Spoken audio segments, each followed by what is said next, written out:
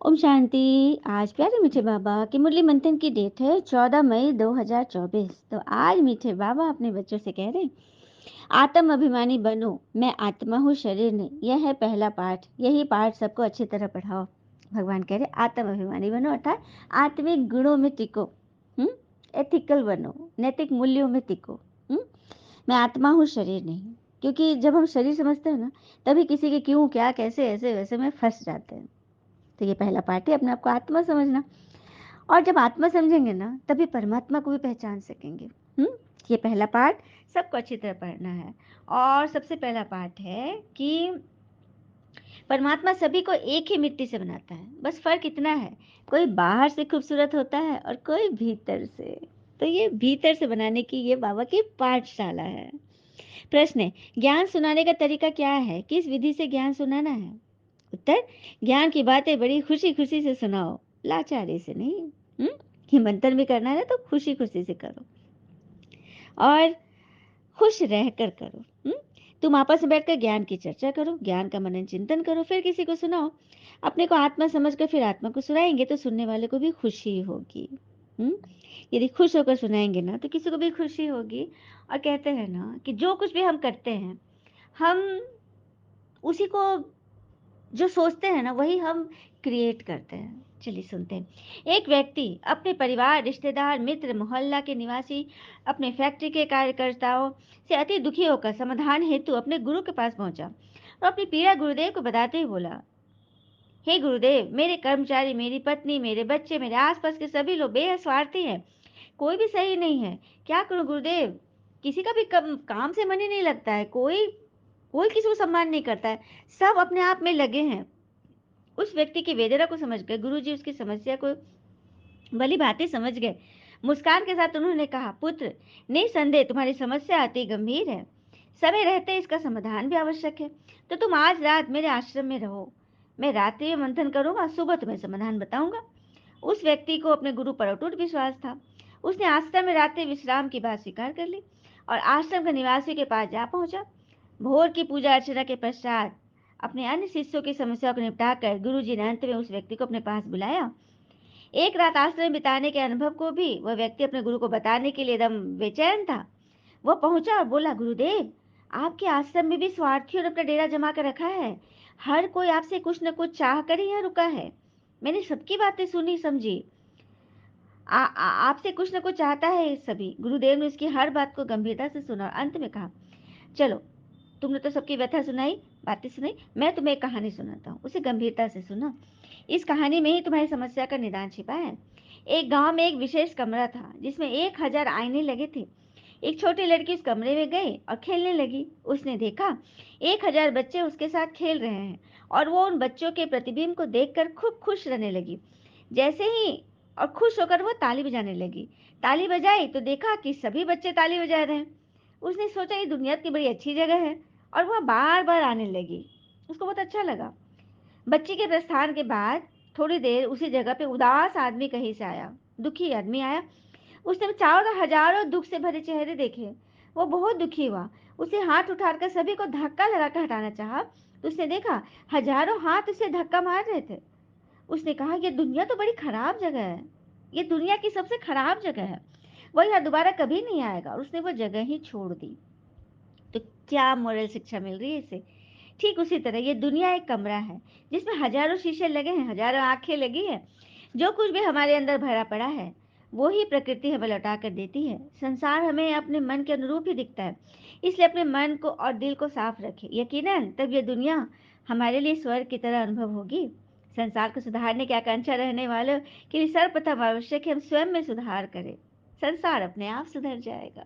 हर एक अपनी जिम्मेवारी लेना कि हम अपने आप को बदल लेंगे तो सब कुछ हो जाएगा। और यही बदलने के तो भगवान को आना पड़ा है धरती पर।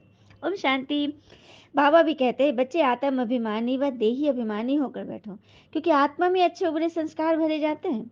सबका असर आत्मा पर होता है। आत्मा को ही पतित कहते हैं, आत्मा को ही पावन कहते हैं।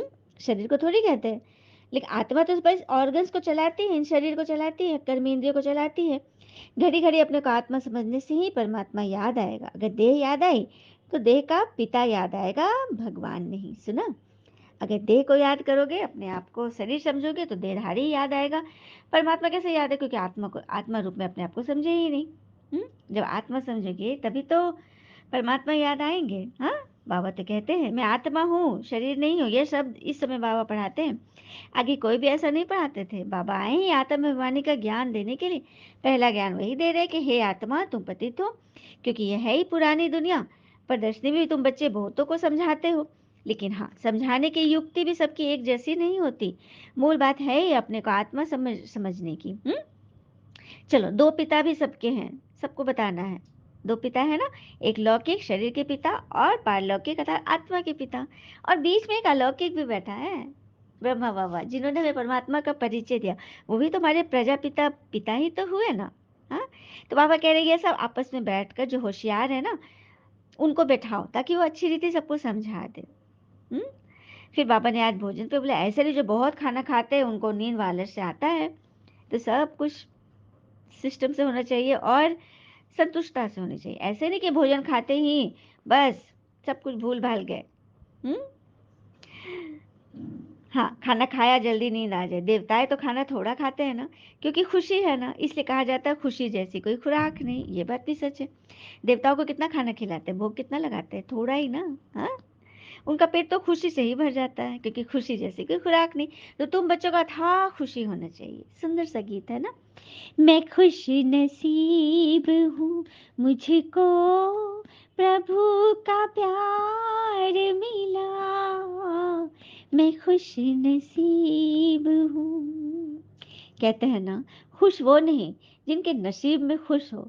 खुश वह है जो अपने नसीब में जैसा भी हो उसमें खुश रहते हैं। और कहते हैं ना, एक गरीब को हंसते हुए देखकर दिल में यह यकीन हो गया कि खुशियों का संबंध कभी भी पैसों से नहीं होता। खुशी तो बस दिल की खुशी है, आत्मिक खुशी है। चलिए, तो मूल बात है भगवान का परिचय देना। ब्रह्मा को तो कोई जानते ही नहीं, अलौकिक पिता हमारे प्रजापिता ब्रह्मा, ढेर की ढेर प्रजा है ना, तो उन्हें उन पर भी अच्छी रीति समझाना है, क्योंकि वे भगवान के रथ है ना, भाग्यशाली रथ जो है। उनका पहला पहला जन्म है प्रिंस अर्थात श्री कृष्ण का, और लास्ट का 84वां जन्म है ये लेखराज दादा अर्थात ब्रह्मा के रूप में। भगवान ने उनको उनसे मिलाया हम बच्चों को, और फिर भगवान ने हम बच्चों को अडॉप्ट किया। उसने फिर औरों को ज्ञान अमृत पिलाया, स्वर्ग के गेट खोले। परंतु परमपिता परमात्मा को भी ये विचार सागर मंथन करने की दरकार थोड़ी ना है। भगवान तो बीज रूप, सारा नॉलेज उन्हीं में। एक मुरली बाबा ने बोला था, मैं तो सतयुग त्रेता द्वापर कलयुग आता ही नहीं हूँ, फिर मैं कैसे चारों युगों का पाठ बता देता हूँ? मैं तो नॉलेजफुल हूँ, ये बाबा ने बोला था। बाबा ही आकर हमारा लंगर उठा देते हैं। किस मार्ग से? दुख धाम से, है ना। निराकार है जो साकार रूप में आकर हम बच्चों को समझाते हैं। तो ऐसे बाबा से समझना है ना कि भगवान किस तरह से आकर हमें पावन करे। पता नहीं, यहाँ तो तत्वों की भी कला कम हो गई है। 5 तत्व भी आज एकदम हो गए हैं, आयरनेजेड हो गए हैं। हाँ, कितना उपद्रव मचाते हैं। तो ये सब कुछ होगा, लास्ट में तो सब कुछ होगा। भगवान को ढूंढते हो, सभी ढूंढते भक्ति में, तो पता नहीं कहाँ है, किसकी समझ में नहीं आता। तभी तो बाबा कहते हैं, हे बच्चों, तो बच्चों का भी उल्लास से निकलना चाहिए, उमंग उत्साह होना चाहिए। परंतु बाबा कहते हैं बच्चों में भी इतना उल्लास नहीं है, तो इसको भी देह अभिमान कहा जाता है, न कि देही अभिमानी। जो देही अभिमानी होंगे वे एकदम उमंग उत्साह में उछलते रहेंगे बाबा की याद में। और ज्ञान में ऐसे चलकर दिखाएंगे कि बस बात ना पूछो। तो ऐसे बाबा को कितना प्यार से रिस्पॉन्स करना चाहिए ना। सभी कहते हैं, ओ फादर रहम को लिबरेट करो, हम सब रावण की जंजीरों में, आप हमें गाइड, आप हमारे गाइड बनो। तो बाबा तो आ गए हैं गाइड बनकर, लिबरेटर बनकर आ गए हैं, सबको दुखों से छुड़ाने आए हैं। बाबा सतयुग की स्थापना कर रहे हैं, अभी तुम संगम पे खड़े हो। हम्म कलयुग में लाखों मनुष्य हैं। तो बाबा ने सारा रहस्य बता दिया। हाँ, और बाबा बार बार एक बात और समझाते हैं। कुछ नेक दिल आत्मा होते हैं ना, भगवान से अगर कुछ चाह भी रहे तो क्या बोलते पता है? मांगने पर भी भगवान हमें इतना मत देना, ऐसा मत देना जिसे पाकर हम आपके हम आपसे ही दूर हो जाए। सुना? इसलिए मांगने से मरना वाला, कुछ भी मत मांगो, ईश्वर के सामने खड़े हो जाओ। बाबा को पता है कि आपको क्या चाहिए। हाँ, तुम नई दुनिया के लिए पुरुषार्थ कर रहे हो, उच्च पद पाने का, तो पवित्र जरूर बनना है। हाँ, तुम समझाते हो इस पति दुनिया का विनाश जरूर होना है। हाँ, क्योंकि इन आंखों से जो भी चीज दिखाई दे रहा है वो सब छूटना है, सब कुछ खत्म होना है। हाँ, हॉस्पिटल आदि तो रहेंगे नहीं, क्योंकि ये सब यही का सत्युग में, तो ये सब होंगे नहीं। हाँ, तो राम गए और रावण गए, सब गए। हाँ, लेकिन योग में रहोगे तो आयु बढ़ेगी, अपनी खुशी से शरीर छोड़ोगे, अकाले मृत्यु नहीं होगी, ये बाबा ने गारंटी दे दी है। अच्छा, मीठे बच्चों प्रति भगवान की नमस्ते, हम बच्चों के भी प्यारे बाबा को नमस्ते। धारणा के लिए मुख्य सार पहले पॉइंट, ज्ञान को अंदर घोटना है, अर्थात विचार सागर मंथन करना है, ज्ञान के आपस में रूरिहान कर फिर दूसरों को समझाना है, सुस्ती वालस्य को छोड़ देना है। बाबा ने बोला ना, ज्यादा खाना भी नहीं है। दूसरी पॉइंट, देही अभिमानी बन बड़े उल्लास से बाबा को याद करना, सदा इसी नशे में रहना है कि हम बाबा के पास आए हैं, कौड़ी से हीरा बने, हमें ईश्वरीय संतान वरदान है। ज्ञान सूर्य ज्ञान चंद्रमा के साथी बन, रात को दिन बनाने वाले रूहानी ज्ञान सितारे भव। तो क्या बनना है? ज्ञान सूर्य ज्ञान चंद्रमा अर्थात प्रजापिता ब्रह्मा के साथ हम बच्चे साथी बनकर रात को दिन बनाने वाले रूहानी ज्ञान सितारे हैं। जैसे वो सितारे रात में प्रकट होते हैं, ऐसे आप आत्मिक ज्ञान सितारे, चमकते हुए सितारे भी ब्रह्मा की तरह रात में प्रकट होते हो। वो सितारे रात को दिन नहीं बनाते, लेकिन आप ज्ञान सूर्य ज्ञान चंद्रमा रात को दिन बना देते हो। वो तो बस रात में आके चमकते हैं, आप तो रात को ही दिन बनाते हो, अंधेरे को खत्म करके ज्ञान के प्रकाश से कलयुग को सतयुग बना देते हो। वो आकाश के सितारे, आप धरती के सितारे हो। वो प्रकृति की सत्ता है, आप परमात्मा की सत्ता हो। क्या बात है, ताली ताली ताली। जैसे प्रकृति के तारामंडल में अनेक प्रकार के सितारे चमकते हुए दिखाई देते हैं, ऐसे आप परमात्मा तारामंडल में चमकते हुए रूहानी सितारा हो। तो सभी अपने आप को देखिए, अपनी आत्मा को देखिए, चम चम चमक रही है। मैं सितारा टिमटिमाती हुई बाबा की याद में अपने लाइट को, बाबा की लाइट से अपने आप को भर रही हूँ। भरते भरते भरते मेरे पूरे शरीर में लाइट फैल गया और मैं बन गई एकदम लाइट के स्वरूप वाली फरिश्ता।